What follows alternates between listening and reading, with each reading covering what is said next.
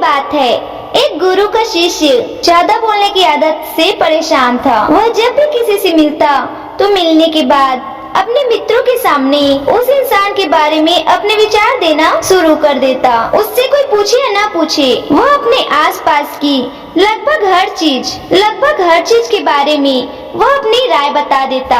आश्रम में रहने वाले लगभग हर छात्र और शिक्षा के बारे में उसकी अपनी सकारात्मक या नकारात्मक राय थी, जिसे वो बिना सोचे समझे लोगों के सामने रख देता।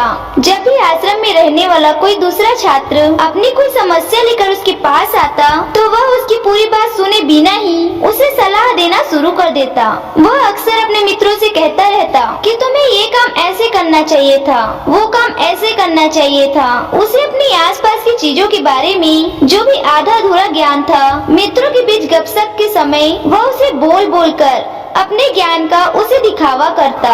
उसकी इन्हीं हरकतों की वजह से आश्रम का कोई भी छात्र या शिक्षक उसे गंभीरता से नहीं लेता था। अक्सर उसके साथ पढ़ने वाला छात्र उससे दूर रहने की कोशिश करते, क्योंकि वो हर बात पे उन्हें सलाह देने लग जाता था। कोई भी उसे अपना मित्र नहीं बनाना चाहता था, सब उससे दूर रहना ही पसंद करते थे। और अक्सर आश्रम में रहने वाले दूसरे छात्र उसकी पीठ पीछे उसकी इस आदतों की वजह से उसका मजाक बनाते। उस लड़के को भी पता था कि उसकी ज्यादा बोलने की आदत की वजह से कोई भी उसे पसंद नहीं करता। वो भी अपनी इस आदत को बदलना चाहता था, लेकिन वह चाह कर भी ऐसी बोलने वाली आदत को बदल नहीं पाता था। एक दिन वह अपने गुरु के पास गया और अपनी सारी समस्या गुरु को बताई। गुरु ने कहा, बेटा, ज्यादा वही इंसान बोलता है जिसे लगता है वो सब कुछ जानता है। ऐसा इंसान जो ये मानता है कि वो बहुत थोड़ा ही जानता है और अभी ऐसा बहुत कुछ है जो उसे सीखना है। वो कभी भी जरूरत से ज्यादा नहीं बोलता और न ही बिना मांगे वह किसी को राह देता। इसलिए तुम खुद के अंदर से ये आपका ईमान हटाओ कि तुम्हें सब कुछ पता है। शिष्य ने गुरु के सामने अपना सिर झुका लिया। गुरु ने कहा, बेटे, मैं एक दिन में तुम्हारी ज्यादा बोलने की ताकत को खत्म तो नहीं कर सकता।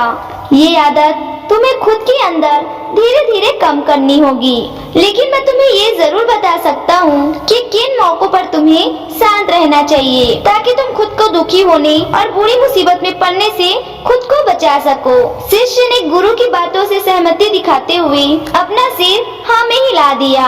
गुरु ने कहा, बेटे, इन 5 मौकों पर हर इंसान को अपना मुंह बंद रखना चाहिए। पहला, जब तुम्हें लगे कि कोई तुम्हारी भावनाओं को तुम्हारे शब्दों से नहीं समझ सकता, उस समय तुम्हें चुप रहना चाहिए। अक्सर हम लोगों को अपनी दुख, अपनी परेशानियां बताना शुरू कर देते हैं, जबकि हमारे आसपास रहने वाले ज्यादातर लोगों को इससे कोई मतलब नहीं कि हमारे जीवन में क्या गुजर रहा है। हर इंसान को केवल खुद से मतलब रहता है। वो केवल खुद के बारे में बात करना चाहता है, वो केवल खुद की तारीफ सुनना चाहता है। उन्हें हमारे जीवन की परेशानियों से कोई मतलब नहीं और न ही वो सुनना चाहता है। हो सकता है कहीं वो 1 या 2 बार तुम्हारी दुख भरी कहानी सुन भी ले, लेकिन उसके बाद तुमसे दूर जाना शुरू कर देंगे, क्योंकि कोई भी दुखी और असहाय व्यक्ति के साथ रहना पसंद बिल्कुल भी नहीं करता।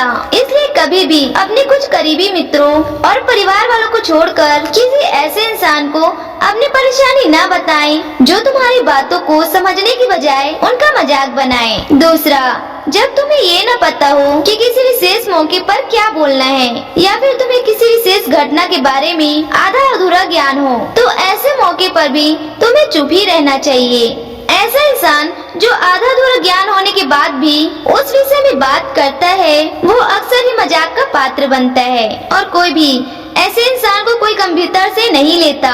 अपनी बातों का प्रभाव सारे उसी तरीके से वही इंसान रख सकता है जिसे घटना या उसे उस विषय के बारे में गहराई से पता हो। इसलिए कभी भी आधी अधूरी और इधर उधर से मिलने वाली जानकारी के आधार पर लोगों से अपनी बात मनवाने की कोशिश न करें। हालांकि दोस्तों, प्रभावशील बातें करना और एक ऐसा इंसान बनना जिससे हर कोई बात करना चाहे, जिसे हर कोई सुनना चाहे, ये भी एक कला है जिसे हर इंसान सीख सकता है। आप भी सीख सकते हैं। बस बातचीत को शुरू करने और उसे लीड करने के लिए सीक्रेट जानने की जरूरत है और ये सारे सीक्रेट बताए गए हैं इस बुक में, जिसका नाम है how to talk to anyone. मैं दावे के साथ कह सकती हूँ कि इस बुक को पढ़ने के बाद आप अपने बातचीत करने के तरीके में भी एक गजब सा बदलाव देखेंगे। और अगर आपके पास इस बुक को पढ़ने के लिए टाइम नहीं है तो हिंदी में इसे कुकू ऐप पे सुन भी सकते हैं। तीसरा, गुरु ने कहा, जब कोई इंसान तुम्हारे सामने कोई तीसरे इंसान की बुराई कर रहा हो तब ऐसी परिस्थिति में भी तुम्हें चुप रहना चाहिए। तुम्हें कहीं भी ऐसी नकारात्मक बातचीत का हिस्सा नहीं बनना चाहिए, क्योंकि आज जो इंसान तुम्हारे सामने किसी तीसरे इंसान की बुराई कर रहा है वही कल किसी और के सामने तुम्हारी भी बुराई करेगा। और इस बात की ज्यादा संभावना है कि आज तुमने उसकी हाँ में हाँ मिलाने के लिए तीसरे इंसान की जो बुराई की है, कल रिश्ते ठीक होने पर वो तीसरे इंसान से भी कहे कि तुमने उसके बारे में क्या क्या कहा था। इसलिए जब भी कोई किसी तीसरे इंसान की बुराई करे या उसके कोई गलत समय का मजाक उड़ाए तो तुम्हें बस उसकी बातें सुन लेनी है, अपनी कोई भी राय वहाँ नहीं रखनी। अगर तुम ऐसा करते हो तो भविष्य में तुम्हारे लिए समस्या खड़ी हो सकती है। गुरु ने कहा। चौथा, जब कोई तुम्हारे ऊपर गुस्सा और जोर से चिल्लाए, कोई तुम्हारा अपमान करने की कोशिश करे, तब ऐसी परिस्थिति में तुम चुप रहकर सामने वाले के गुस्से को कम कर सकते हो।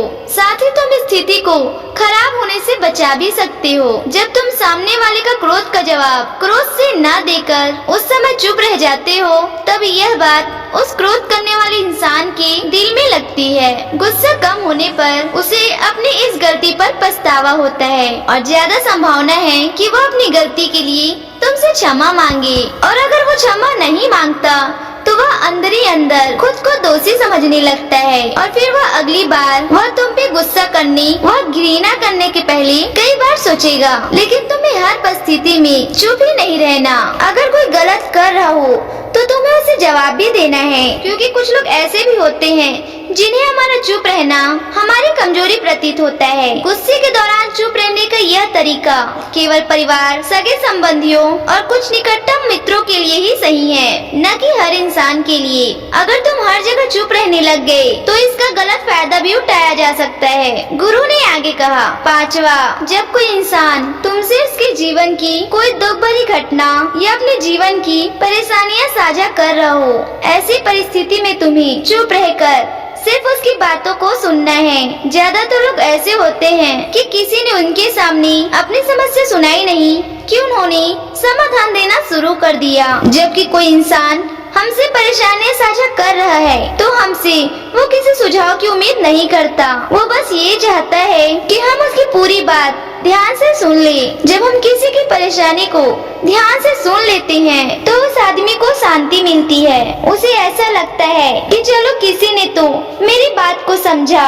अधिकतर मौकों पर जब कोई व्यक्ति हमसे परेशानियां साझा करता है तो वो सिर्फ हमें बात ही बताना चाहते हैं। वो ये नहीं चाहते कि हम उन्हें सलाह देना शुरू कर दें, क्योंकि जो सलाह हम उन्हें देने वाले हैं वह उन्हें सब पहले से ही पता है। परेशानी के समय में किसी इंसान को सांत्वना देने का सबसे अच्छा तरीका है कि हम उस इंसान की बातों को पूरी तरह से सुन लें। जब हम उसकी बातों को बिना कुछ बोले, बिना कुछ उसे सलाह दिए पूरे ध्यान से सुनते हैं तो उनकी नजरों में हमारे लिए सम्मान और स्नेह का भाव पैदा हो जाता है। हम ज्यादा गंभीर, समझदार और साथ ही दिमाग वाले प्रतीत होते हैं। इसलिए अब जब भी तुम्हें अगली बार कोई अपनी परेशानी बताए तो बस उनकी बातों को ध्यान से सुन लेना और जब तक वो तुमसे ना मांगे तो उन्हें किसी भी प्रकार की सलाह ना देना। गुरु ने कहा। मेरी एक बात हमेशा याद रखना, जब तुम कम बोलते हो तो लोग तुम्हारी तरफ